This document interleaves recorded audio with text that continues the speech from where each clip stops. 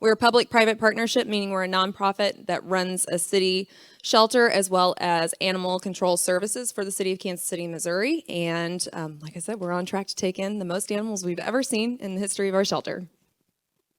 My name is Misty Valenta. I'm the director of the Williamson County Regional Animal Shelter in Georgetown, Texas. We're an open intake shelter, and we get in about 7,000 animals a year with a staff of about 40 people, and that does not include animal control. So we're going to hit a wide range of sheltering. You don't have to be a high-level shelter or a rural shelter. All of this applies to y'all. Absolutely. Let's see if I can figure out which one. There we go. All right. So really quick, obviously you're here to learn about crisis capacity marketing, but how many of you are really, really full right now at your shelters? Hi. This is like one of the most important things to realize in the beginning. You are not alone. Look at everybody else in this room that is also struggling with this topic. This is something that we are seeing across the country right now. And Misty and I are here to say today, we're going to talk about a lot of examples. You're going to see things that have worked for us as well as some other shelters. We're going to really just put a lot of examples in front of you today. But we're here to tell you that we have not solved this. We are trying different things every single day at our organizations. We're using data to show what is happening in our shelters, and you're going to see ways that you can do that as well in yours. But we're going to show you a lot of examples of what have worked for us. So we're in the thick of it. We're in the mess of it, just like y'all. And one of the questions that we get asked a lot is, what is causing this increase? Where are all these animals coming from? And you need to go to your data to answer that question. Don't give it feels like. No. Go to your data and figure that out. Because that's how you're going to know what programs to initiate to help with that. And we can't only pick one way to get out of this. We can't only adopt our way out of this or transport our way out of this. We have to think about multiple areas. We have to use data to tell our story so we can tell a truthful story. You don't have to back up and say, oh, yeah, that story we put out, that's not what's going on. Use your data. And we're just laying a bit of a basis here for open adoption policy. So a lot of the stuff that we're going to be talking about today, it's really important that you look at your adoption policies to identify any barriers that you have in place to getting animals out. This is sort of setting the groundwork. The best marketing in the world won't be effective if you put barriers up to getting animals out of the building. So have as few barriers as possible. Look at things like Adopters Welcome from HSUS. Be open for adoptions.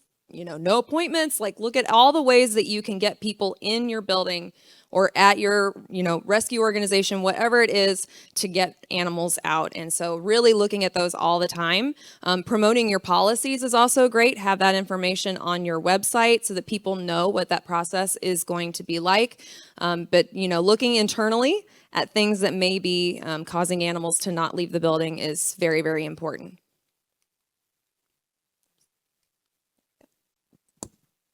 And that needs to be wrapped into your everyday process. Every single day, you should be asking, what if, and let's try. And if you're not doing that, then you're not exploring all the options. And you need to always be working towards yes. And these are kind of mantras that I say over and over and over to our staff. Every day, we are working towards that yes. If you are denying a foster, if you're denying an adopter, there better be a really high-level reason for that.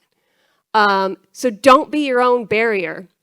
This is a picture of the dogs taking over our cat adoption room.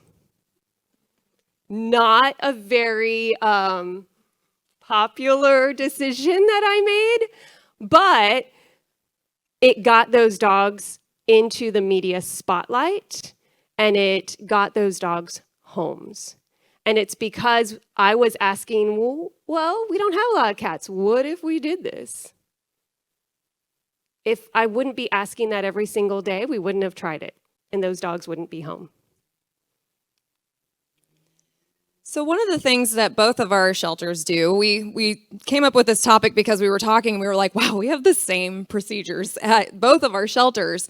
And we're not alone. We've kind of modeled it off of some other shelters. But one of the things that we're doing all the time is looking at our at-risk pets.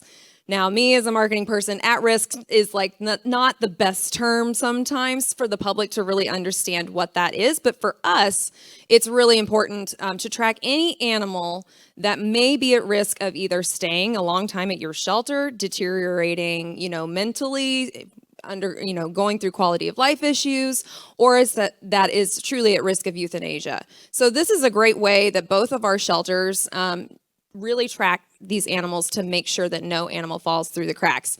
So this is kind of hard to read, but especially if you're in the back, but this is an example of our at-risk list, the Casey Pet Project. So all of the dogs that are added to this list are 30 days or more. This is a live Google sheet that we keep track of. It's also your harder placements. So any animals with behavior concerns, intake notes, case notes from animal control, whatever it is, are added to this list, as well as quality of life. So dogs that are deteriorating in the shelter.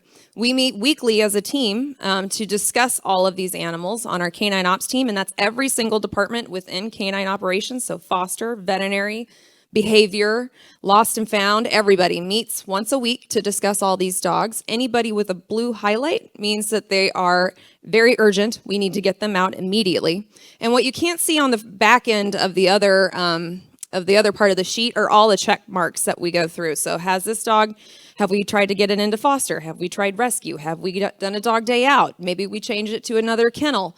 Have we marketed the dog? Does it have a bio? Does it have a video? Does it have a photo? All of these things are check marks so that we make sure that no animal is forgotten about at our shelter. And we are constantly looking at this. Every single person in our organization is looking at this list every day to see what we can do to get these animals out. So all of these dogs, none of them are going to be forgotten about. And every department is accountable for them. It's not just your canine team. It's not just you have this for cats. It's not just your feline team. It's everybody. And we do very similar, but in a smaller scale. So we also meet weekly. We do it on a Teams meeting so that people can just log in where they are, wherever they are in the shelter. And we use a lot of QR codes in our shelter to be open to taking in input from staff and volunteers. So if you scan one of the QR codes in our kennel as a volunteer, you can report a behavior or medical issue to staff.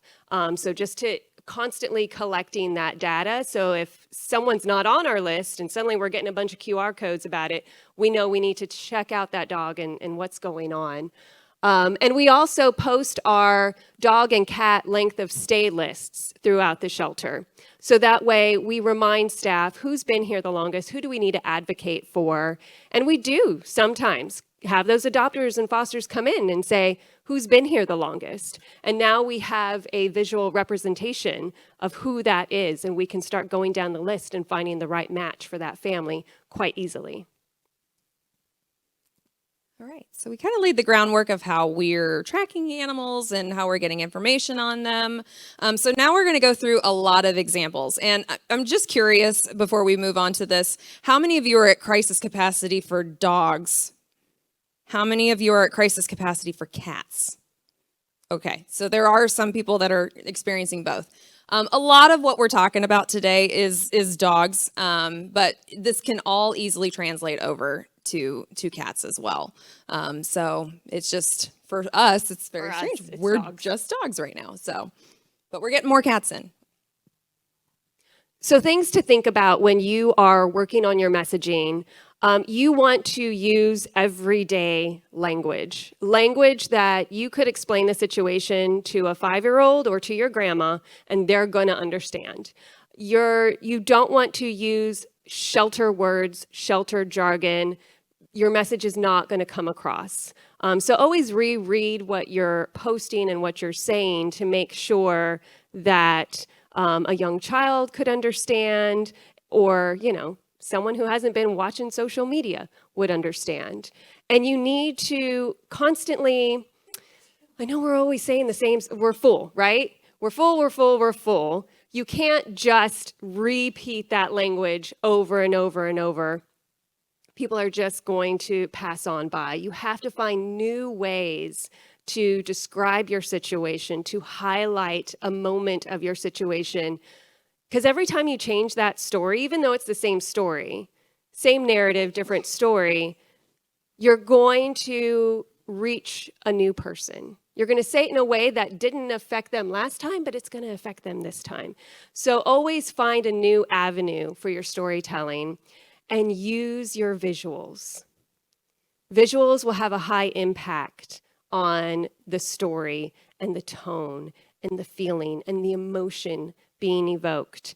And have something that you always do, have a consistency. So when you break that consistency, it's noticeable and people stop and they pause. Different ways that you can get the information out, obviously social media. I'm sure many of us are already using multiple forms of social media to get the word out. But don't forget about your local media, radio, TV, sending out those press releases, and sending out press releases that, again, are saying a different message. If your tone is always, we're in crisis and it's horrible, like after the fifth one, they're not even reading it anymore. So you need to alter how you are saying, how your storytelling, always be changing it up. And one-on-one. We're always thinking about reaching the masses, but you also have to work with one-on-one, the folks, the individuals in your community. If you are government and you have government ties in some kind of way and you can get into one of the offices, and if you have an ear somewhere that will listen, use it. And it might not be your representative. It might be the assistant in that office of the representative. And that person's going to become your advocate within that office. So this is an example of something that we have done at KC Pet Project, and I will tell you that this has been the most effective graphic that we have used. We have used it repeatedly, but we don't use it all the time. But this was a visual representation of what every single kennel looked like in our shelter. I recently did one that had every single kennel full. So this was back in March. But just showing what a physical representation of your shelter looks like, it might still be hard for people to really grasp how many animals you have in the building. But when they see that, it's like, oh, wow, okay, every single kennel is full. And then, I was like, also we have kennels or dogs that are waiting for space to open up so that they can go in and holding kennels. And so make it really clear to understand. Give everyone a call to action if you post something like this as well. Don't just say, whoop, this is what it looks like here. Be able to say, okay, here's how you help lost pets get back home. Here's how you can foster. Here's how you can rehome your pet. Here's like all of these things. And it's okay to give people multiple tools. But and also showing just, again, your data of why you're like this, where all these animals came from. That's the first question the media is going to ask you. Where are they all coming from? Have your data ready to show them and be like, well, right this week, right now, it's a lot of stray animals coming in, or we just had a round of evictions in our community and we have a lot of animals coming in. Like really just give them the information, be very transparent and honest of why you have all these animals coming in. So there's kennel capacity, but there's also the capacity of care. If you don't have the staff to take care of the animals, you could have the largest shelter in the world. It doesn't matter. You need the people to come in and care for them. So we posted a shelter status update focusing on capacity of care. This is one of the days this past summer. I don't remember when, but this is what it looked like at our shelter. And our call to action was, we need help, right? Come and volunteer, come and foster, come and adopt. Because the amount of time you can give, even though you think it's so small, it's going to be more than what we're doing. And how many animals was that for one staff member to care for? Oh gosh, I tried to count, remember? It was like 45, 50, 45. Yeah. Too many. The answer is too many. A lot for one person. Oh, so graphs. So This is another way of demonstrating how full you are. And many people have used these crisis meters. They are helpful, but they don't really tell the whole story. It's kind of hard because people really don't understand what that means. What does it mean to be in the red? So always try to give a story or some background to what that means. If you have not expressed your capacity to your community in any kind of way, this is maybe a good first step.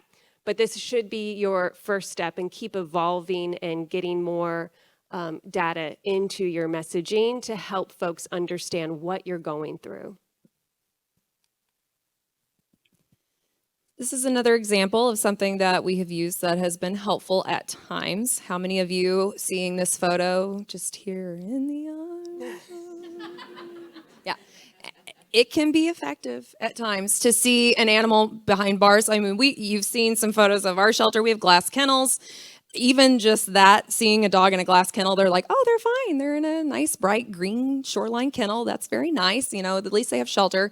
But, having some really like dramatic photos, even putting a black and white filter over a photo sometimes, I'll do it like 4 times a year. When I get really like desperate, I'm like, okay, it's time for the black and white photo.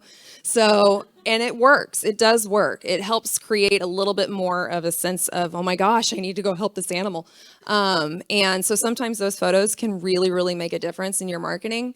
Showing how many animals you have in a row, also very effective. If you are, who's like doubling up kennels, putting, multiple dogs in kennels, that's also, a really visual graphic to see that many animals in a kennel together. Also something that has been effective for us is actually a video walkthrough of the shelter. I did this like 2 weeks ago, walked through on Facebook Live, and I literally walked past every single kennel and paused on every single dog. It took about 45 minutes just going through, and in between the districts that we have, I would take breaks and kind of explain, what you just saw in this room was this, and here's some of these dogs. This one came in as a stray. So really just going through and giving people a tour of what your shelter looks like. I also did it at 8 o'clock in the morning before we had started cleaning to show this is what it's like to take care of and clean this many kennels every single day. When we talk about capacity for care with our staff, it's really tough to take care of that many animals. And so it was really, really effective. It's been shared a lot. And again, we can't do it all the time, but it was really effective at the time. And so this is another example of a photo that we did that was black and white. And also we just went with this whole theme. So you're going to see a few examples of adoption specials. We do them a lot. Right now, we joked that we're basically like giving away all of our dogs for free at this point, especially our longtime dogs. But urgent adoption specials with dramatic photos can get a lot of shares and engagement on Facebook. This poster had well over 1,000 shares, and it helped us move animals out. We adopted out hundreds of dogs that weekend. And you can also have adoption specials. We do this a lot by what you need to move out. Are you moving small dogs out of the shelter? Great. Don't have an adoption special for small dogs. Have it for $30 or 30 pounds or more, or 20 pounds or more, or adult dogs, whatever it is that you need to move out. We don't typically do any breed specific adoption specials, but we'll do it by weight because those are the dogs that we need to get out of the shelter, as well as adult cats. We'll do that a lot. And just to plug, if you're a best friend's partner and you're not getting the emails about their adoption specials, talk to your representative or sign up to be a best friend's partner, because that's super helpful in just having help with marketing to get the message out for this one weekend, come and adopt. So use your partnership so you don't feel like you have to do it all. Okay, fostering. So important. We haven't mentioned fostering too much, but fostering should always be in almost every single post that you post. If you're just posting about adoption, add the word foster in there too. Make that program as highlighted as your adoption program, and you will grow your program just by talking about it. I have found that there's a lot of confusion in our community about what fostering is and can I foster, and they are coming to us and they're putting up a bunch of barriers of what that means. So we need to be very open when we're talking about it so that we're inviting folks to come in and learn more about the program and save some lives. And use your volunteers to help with any of this. This does not have to be staff-run things. Even in our meetings talking about the dogs who have been there for a long time or at risk, we'll invite volunteers to those meetings because they might have ideas or connections that staff members don't. So engage your volunteers to help with those things too. You don't have to do it alone. So, KISS. Keep it simple, sister. In most business books, it has another word, but I'm going to make it sister now. It's a thing. So keep it simple. So we had some programs that we had internally, and yeah, you can come and get a dog for as long as you want. We don't care. Just come get a dog. And we thought we had been marketing that well, and we kind of discovered we hadn't, because we kind of branded our Doggy Day Out program, and it exploded. It exploded. We only bought like a few supplies for it because it hadn't really taken off before. And we had to post on social media that we ran out of supplies. Like, no more Doggy Day Outs for today. Too many dogs are like, they're out. So then we had people saying, well, we'll donate the supplies you need. What do you need? And they were just growing the program organically. So Doggy Day Out became a huge success. And for one of the posts, I was reading the comments, which, can go either way. And one of them was like, well, what if I don't want to give them back the same day? And for those who don't know Doggy Day Out programs, you check out a dog for the day and you bring them back before the end of the day. Super simple, non-committal, right? And someone asked, well, what if I don't want to bring them back? What if I just want to keep them for the whole weekend? And I immediately got on there. I was like, yes, you can do that. Absolutely. And so then the next thing that we were marketing were weekend getaways. Come grab a dog for a weekend. So listen to your community. They're putting barriers on themselves on how they can help. They don't have enough time. They don't have, whatever. So when they come to you with questions on how to help, listen to them, because they wouldn't be asking if they weren't interested. And if they're interested and you welcome them in, they will come. So keep it simple. If there's too many, again, don't be your own barrier. If there's too many hoops, if, we're not going to go through this unless you keep the dog for 3 weeks, reconsider that, because you're missing out on opportunities. One of my favorite things about Dog Day Out programs is the information that you get. So when we send them out, when they get back, they're required, the person that took them out is required to fill out a survey. And it literally asks, how'd your day go? What'd you do? And send me photos. And that information that we're getting is so, so valuable to helping these dogs get out of the shelter. We're just posting these dogs and just at the park, on someone's couch. It's exactly what they would be doing in a home, and that sort of emotional connection that somebody can make seeing an Instagram post just from seeing what that Dog Day Out looked like is so, so valuable to getting these dogs out. So it's been really, really successful for us, and having volunteers support your program is amazing. Our volunteers now have like last Saturday we sent out 30. This week we're going to do 32. They challenge each other every week to send out more dogs, which is fantastic. And they might end up in adoptions too. I forgot to mention in that picture, that was a picture of returning a Doggy Day Out and deciding, no, we're just going to do the whole adoption thing. And they couldn't let him go. And that they were just the most, wonderful couple. And he fit so perfectly on their couch. They just had to adopt. So it could end up in adoptions as well. I love that. So this is an example from Charlotte Mecklenburg Animal Care and Control. They do snapshot dashboards. So there are some shelters that do this where you can kind of show another example of like, this is how many animals came in, this is how many animals went out.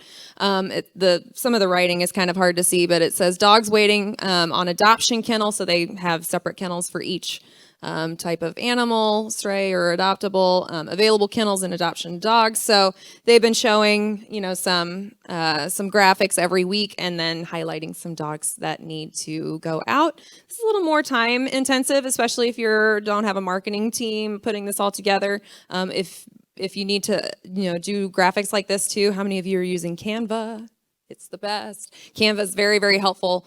Can also help you put together lots of graphics like this. And it's free.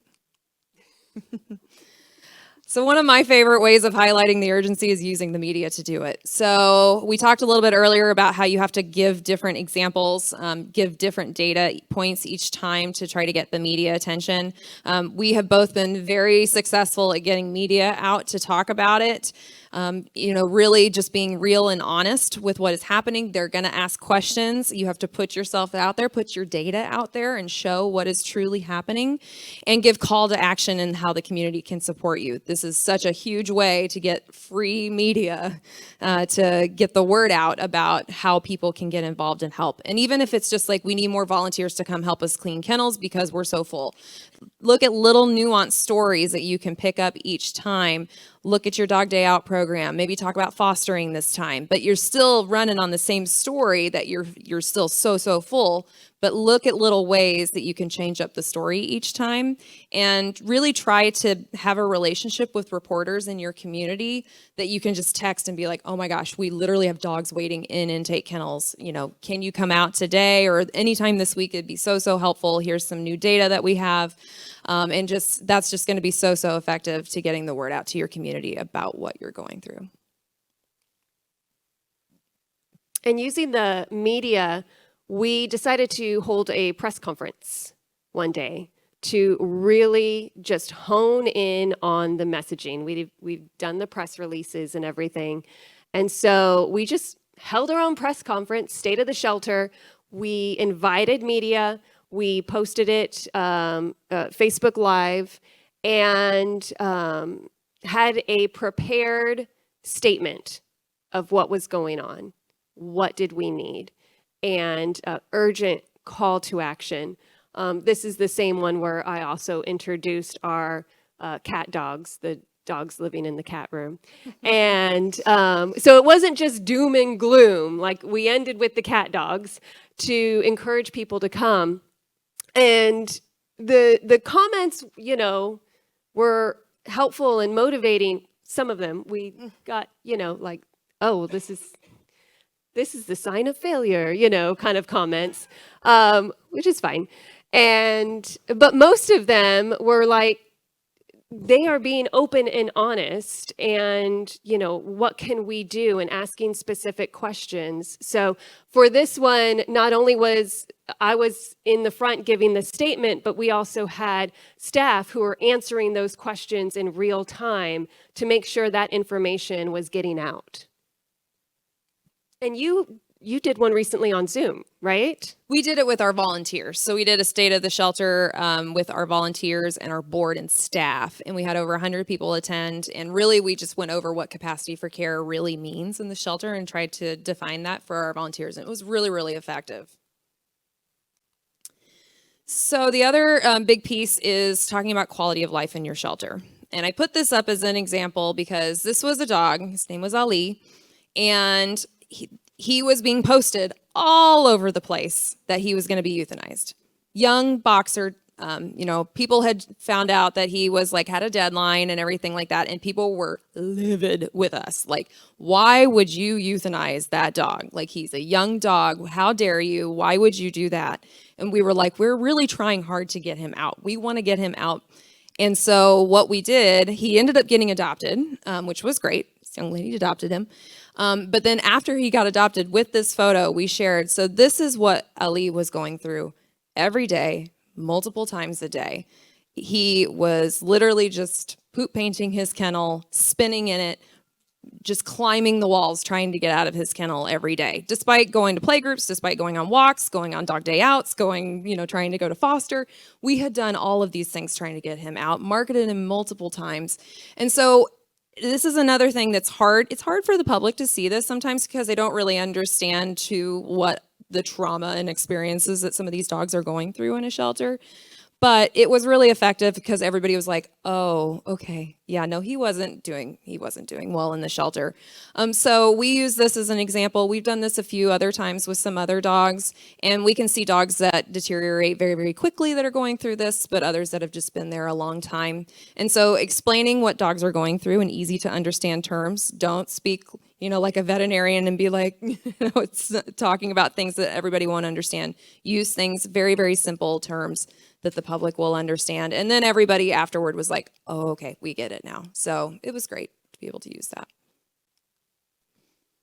And using the simple terms and everyday terms, like mental health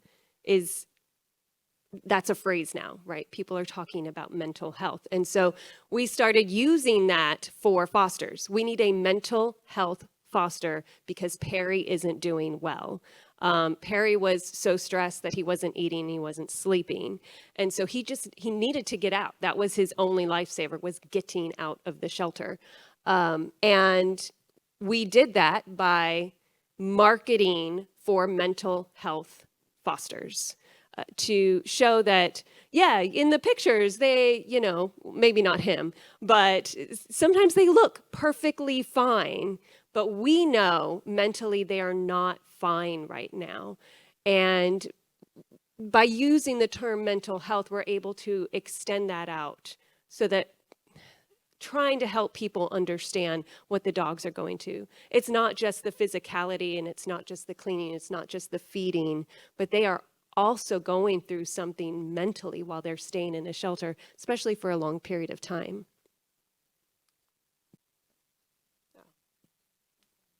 That's okay if it doesn't play. But basically, there he is. We did find him a mental health foster.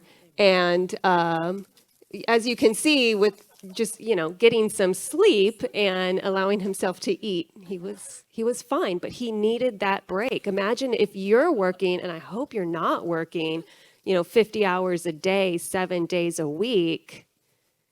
You're going to look like Perry, too. So you just need to get out of there. And you can be much happier. And so we use this to demonstrate what that is. I'm very happy. He's a happy boy.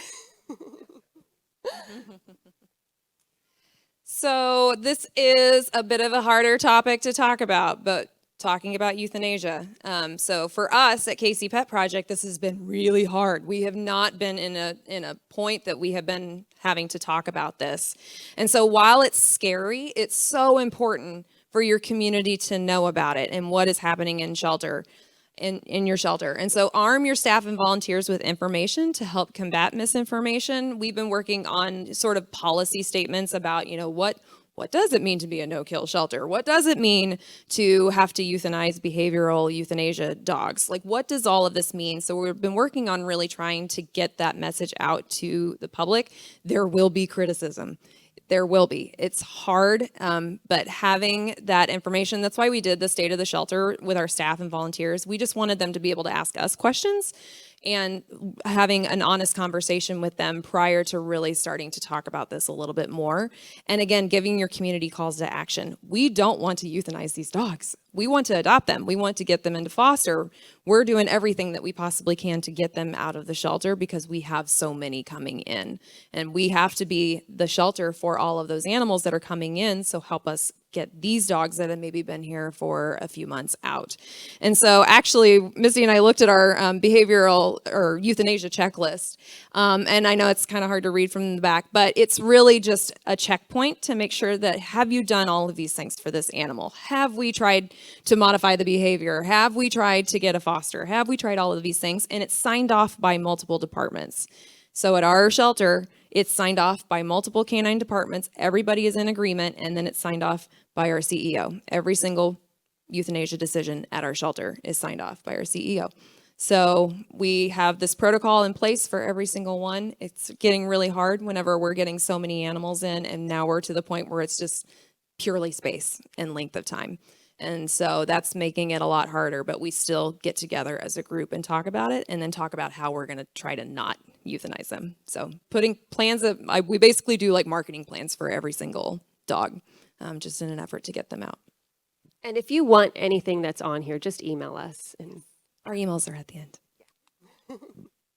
end. So flipping it, what we've been doing at Williamson County is a preventing euthanasia list. So instead of posting the dogs who are at risk, most of those for us are dogs that we think we can place, but we need to work with them a little bit more. And we can if we have the space and the time. So let's get out the easy ones.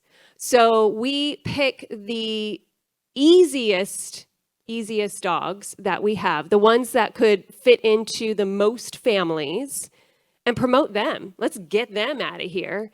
So it turned tradition on its head.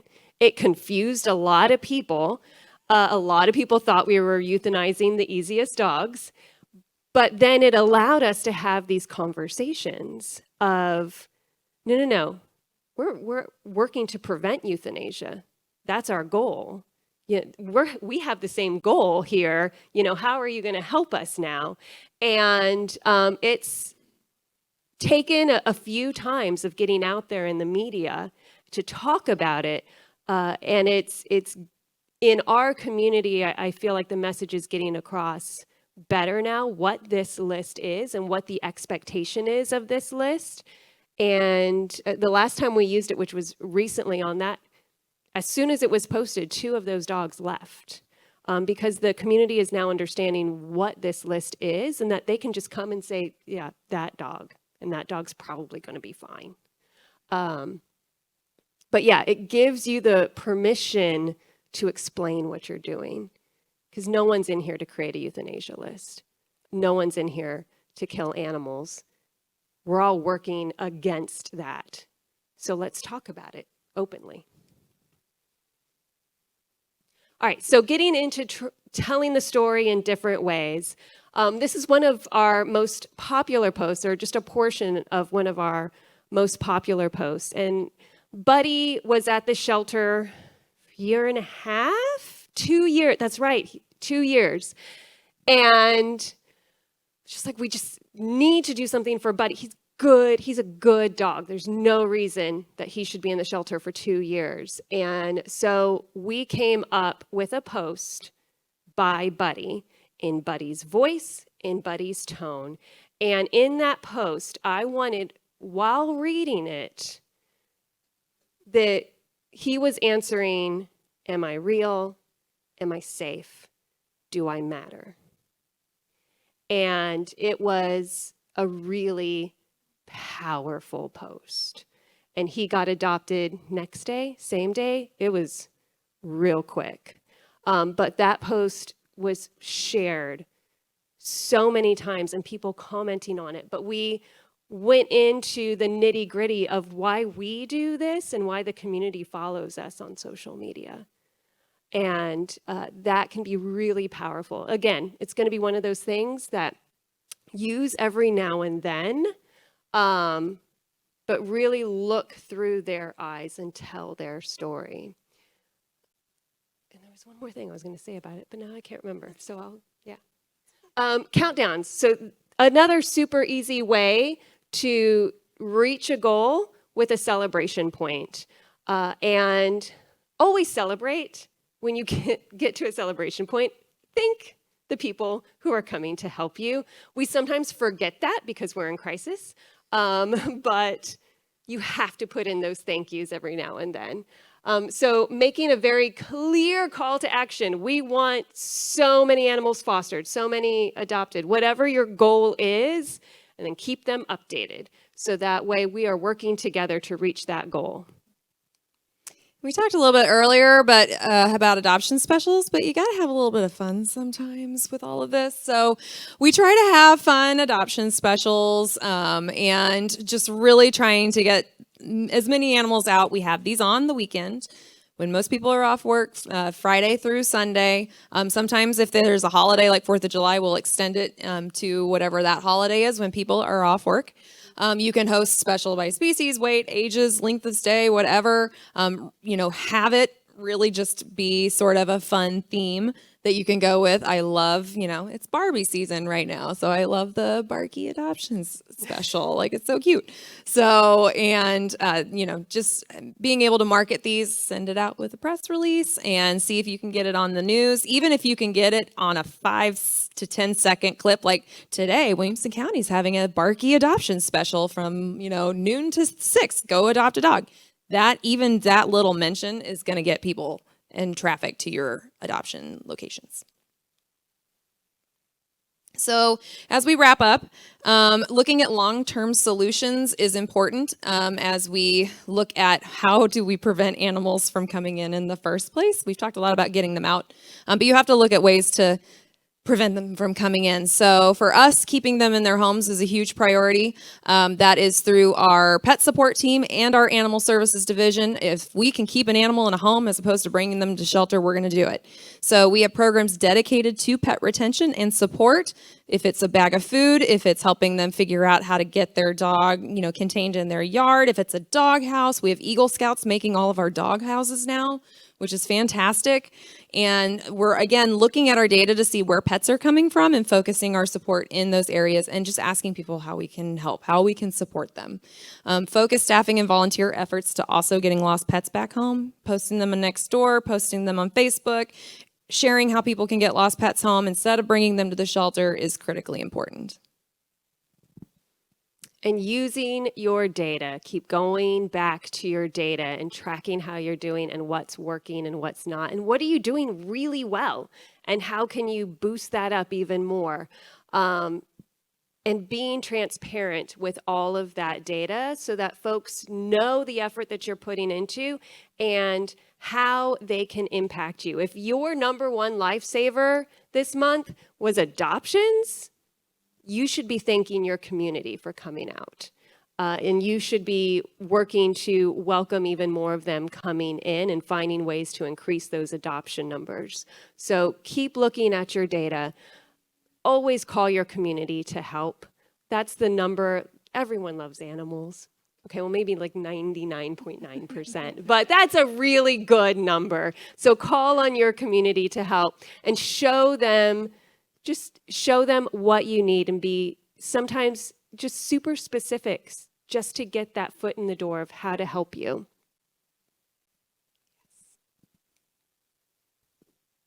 So here's the thing. We're all in crisis. We are all having a really difficult time. And there's some big issues that we cannot immediately solve. I cannot change the economy tomorrow. I can't do that. That is something I don't have control over. I can't control the person coming into the lobby and screaming at me. I can't control that.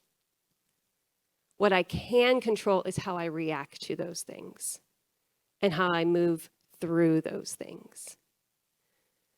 So whatever you're doing as an individual or as an organization, how is your organization choosing to act in a state of crisis?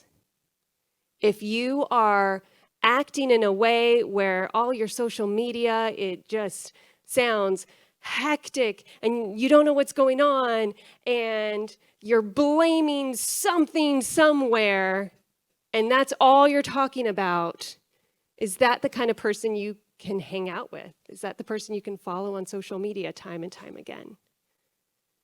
What you can control is you, and I say also you in the bigger way of organization, what your message is saying and how you're interacting with the community. That's what you can control, and that's your choice of how you're going to act in this time of life saving. Thank you all very much.